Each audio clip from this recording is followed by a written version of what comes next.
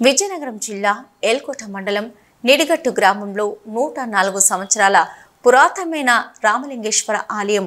తిరిగే నందీశ్వరుడు ఈ ఆలయంలో ప్రత్యేకత.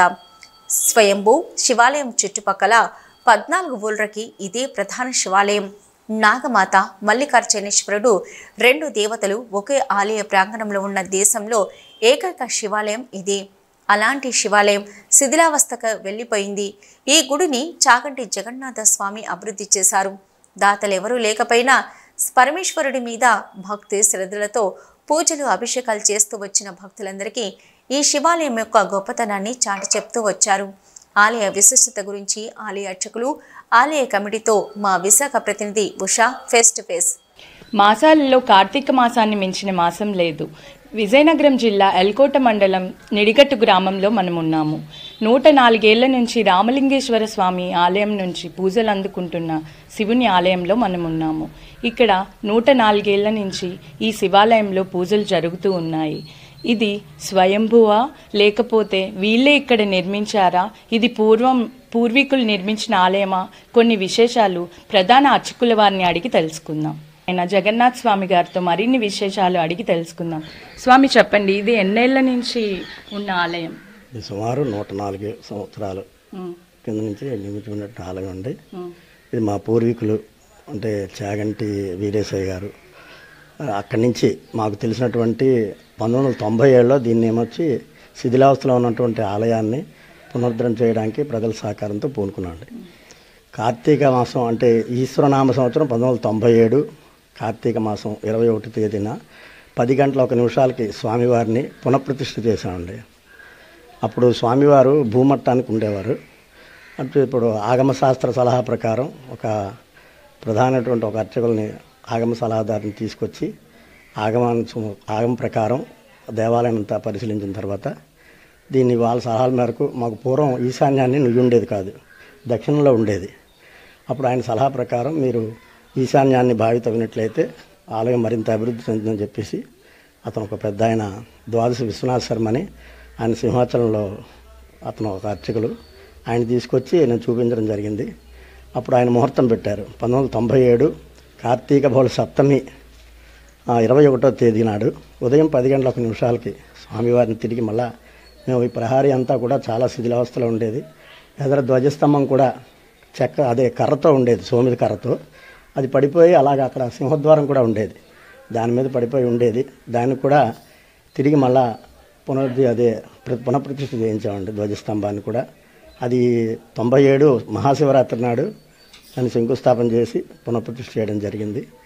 అప్పటి నుంచి ఆలయం భక్తులు ప్రజల సహకారంతో దినదిన ప్రవర్ధమానంగా ఈరోజు వరకు ప్రతి సంవత్సరం కళ్యాణం అని, అలాగే కార్తీక మాసం ప్రారంభం నుండి చివరి వరకు కూడా సాయంకాలం ప్రతిరోజు ప్రదోషకాలంలో స్వామికి ఆకాశ దీపం, అలాగే నిత్యంగా అభిషేకాలు. సోమవారం ఇది పూర్వం అయితే ఒకప్పుడు సుమారు 14-15 గ్రామాలకు ఏకైక శివాలయం.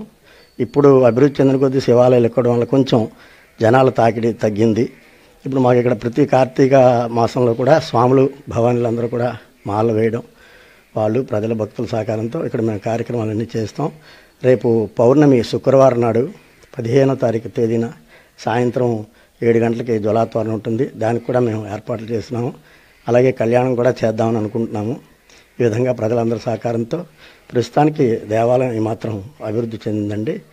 ఈ ఉత్తరోత్తర కూడా దేవాలయం నిత్య ధూపదీపాలకి ప్రభుత్వం నుండి ఏదైనా సహకారాన్ని ఆశిస్తున్నాము అర్చకుల్ని. మా అతను ప్రస్తుతం గత 3-4 సంవత్సరాలు బట్టి ఈ సాయేశ్వర శర్మ అని ఈయన ఈ గ్రామంలోనే ఉంటారు. ఈయన ప్రస్తుతం అర్చకులుగా ఆలయాన్ని పూజలు అవి నిర్వహిస్తున్నాం. కార్తీక మాసం సందర్భంగా కాకుండా, కార్తీక మాసంలోనే స్పెషల్గా కాకుండా నార్మల్ డేస్లో ఎలాంటి పూజలు జరుపుతారు? అంటే ఇక్కడ శ్రావణ మాసంలో కూడా కుంకుమ పూజలు అవి చేస్తూ ఉంటామండి. తర్వాత ధనుర్ మాసంలో విష్ణు పూజ, తర్వాత 2 శివాలయాలు ఉన్నాయి. ఇది రామలింగేశ్వర టెంపుల్, పక్కన మల్లికార్జున స్వామి, తర్వాత రామాలయం ఒకటి. ఈ 3 గుళ్ళల్లో కూడా సంవత్సరం మొత్తం మీద 6 నెలలు 7 నెలలు పూజలు బాగా జరుగుతుంటాయి.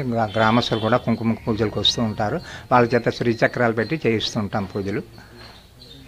సుమారుగా భక్తుల తాకిడి ఎంతవరకు ఉండొచ్చు? కార్తీక మాసం సందర్భంగా సుమారుగా భక్తులు చుట్టుపక్కల ఊళ్ళ నుంచి ఎక్కడెక్కడి నుంచి ఎంతమంది వరకు వస్తారు? వారికి ఎలాంటి ఏర్పాట్లు మీ ఆలయం ద్వారా సమకూరుస్తారు? దాదాపుగా ప్రతి సోమవారం 500-600 మంది చుట్టుపక్కల గ్రామాల నుంచి వస్తూ ఉంటారండి. వాళ్ళకి తీర్థ ప్రసాదాలు కూడా ఇస్తూ ఉంటాము. అభిషేకాలు, రుద్రాభిషేకాలు అన్నీ జరుగుతూ ఉంటాయి అన్నమాట.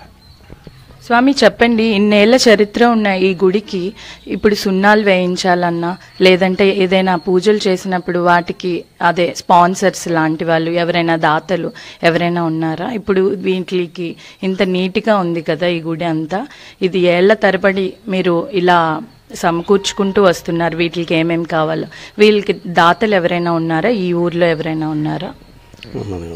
బోని ఊర్ధ్వరాజ్ అని ఇక్కడ ఆయన సాఫ్ట్వేర్ కంపెనీలో పనిచేస్తున్నారు. ఆయన తన ఫ్రెండ్స్ అదే స్నేహితుల దగ్గర నుంచి మొత్తానికి వాళ్ళ కుటుంబం దగ్గర నుంచి ఎవరునండి ప్రజలందరి దగ్గర నుంచి కూడా తన వంతు విరాళాలను సేకరించి ఈ ఆలయాన్ని ఇంతవరకు గత 3 సంవత్సరాల బట్టి ఇంచుమించు ఆయన చేస్తున్నారు. ఆలయం మంచి చెడ్డలు కానీ ఈ యొక్క అభివృద్ధి కానీ ఆయన చేతుల మీదుగా కూడా జరుగుతుంది. ఆయన మాకు కూడా చాలా సహకారం చేస్తున్నారు ప్రతి విషయంలో కూడా. మరొక ప్రత్యేకత ఉంది, అదేంటో అర్చకుల వారి మాటల్లో తెలుసుకుందాం. చెప్పండి స్వామి. పూర్వం నుంచి కూడా ఈ ఆలయానికి ఒక విశిష్టత ఉందండి. ఎవరికైతే గర్భిణీ స్త్రీలు ఉన్నారో వాళ్ళు ఈ ఆలయానికి వచ్చి ఈ నందిని సవ్యమైన దిశలో ఉంటుంది ఆ నంది, దాన్ని అపసవ్య దిశగా మార్చి వాళ్ళ మనసులోని కోరికలు స్వామివారికి విన్నవించుకుంటారు. తర్వాత యథాస్థానానికి మళ్ళీ ఆ నందిని పెడతారనమాట. ఇలా చేస్తే వాళ్ళ నమ్మకం ఏంటంటే సులువుగా డెలివరీ అవుతుందని వాళ్ళ నమ్మకం. ఇదే కాకుండా అనేక రకాల కోరికలు కూడా కోరుకుంటే అవి జరిగి ఉన్నాయన్నది మట్టుకు. బెంగళూరులో సాఫ్ట్వేర్ జాబ్ చేస్తూ మీ ఊరి మీద ఉన్న మక్కువతో శివాలయానికి ఏదైనా చేయాలనుకుని ఏళ్ల తరబడి ఉన్న శివాలయాన్ని మీరు చాలా చక్కగా పునరుద్ధరిస్తూ ఉంటున్నారు. మీరు ఏ విధంగా మీ వంతు సహకారం అందిస్తున్నారు ఈ టెంపుల్కి?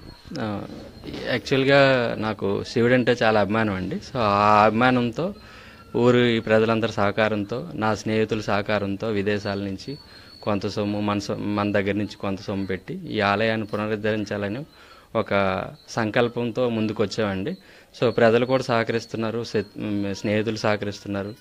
సో ఇక్కడున్న మా పంతులు అర్చకులు కూడా నాతో సహకరించి మా యువత అనేది స్పెషల్గా నాకు సపోర్ట్ చేయడం వల్ల ఇన్ని కార్యక్రమాలు పూర్తి చేయగలిగాం. ఈ టెంపుల్ని ఈ సంవత్సరం దృఢ సంకల్పంతో దీన్ని ఎలాగైనా సో ఎటువంటి వాటర్ లీకేజ్ కానీ ఎటువంటి ఇబ్బందులు లేకుండా నెక్స్ట్ 5 years వరకు ఈ టెంపుల్ని ఇలాగే చక్కగా ఉండాలనే ఉద్దేశంతో మంచి పకడ్బందీగా 1,50,000 రూపాయలు పెట్టుబడి పెట్టి సో ఈ టెంపుల్ని రామలింగేశ్వర స్వామి టెంపుల్ని పునరుద్ధరించామండి. మీరు బెంగళూరులో ఉద్యోగం చేస్తూ ఊరి కోసం ఏదైనా చేయాలనే మీ దృఢ నిశ్చయంతో ఈ ఊరి కోసం ఈ గుడి కోసం మీరు ఇంత తాపత్రయపడుతున్నారు కదా. మీలాగే అన్ని ఊళ్ళల్లో, అన్ని రాష్ట్రాల్లో, అన్ని జిల్లాల్లో యువత ముందుకు రావాలని మీ వంతు సందేశం ఏమిస్తారు? సో ఈ రోజుల్లో అండి, సో ఎందుకంటే పాత జనరేషన్ అనేది వాళ్ళకి కొన్ని తెలియని విషయాలు ఉంటాయండి. యువత అనేది చాలా చోట్ల తిరుగుతున్నారు కాబట్టి సో వాళ్ళకి అన్ని విషయాలు తెలుస్తుంటాయి. కాబట్టి బయట ఏ రకంగా అయితే గుడులన్నీ చక్కగా కనిపిస్తున్నాయో వాటిని చూసి, అలాగే మనం బయటికి వెళ్ళి రూపాయి సంపాదిస్తున్నాం కాబట్టి బయట నుంచి తెచ్చిన రూపాయి మన ఊరిని ఎలా అభివృద్ధి చేసుకోవాలి, యువత అనేది ప్రాముఖ్యత ఉంటుంది కాబట్టి యువతకి సో వాళ్ళే ప్రతి ఒక్కరూ ముందుకు వచ్చి నెక్స్ట్ జనరేషన్లో ఇటువంటి ఆలయాలను పునరుద్ధరించి ఇంకా ముందుకి మంచిగా భక్తులు వచ్చేటట్టు చేస్తారని, ఈ గుడి యొక్క ప్రసిద్ధిని రాష్ట్రమంతా విదేశాలంతా చాటి చెప్తారని మేము సదా కోరుకుంటున్నాం కదా. 104 ఏళ్ల చరిత్ర ఉన్న రామలింగేశ్వర ఆలయం నుంచి D5 న్యూస్ మీకు ఎక్స్క్లూజివ్ రిపోర్ట్ని అందించింది. ఇలాంటి మరిన్ని ఆలయాల నుంచి మీకు D5 న్యూస్ నిరంతరం అందిస్తూనే ఉంటుంది. చూస్తూనే ఉండండి. కెమెరా పర్సన్ సంతోష్తో ఉషారాణి, D5 న్యూస్.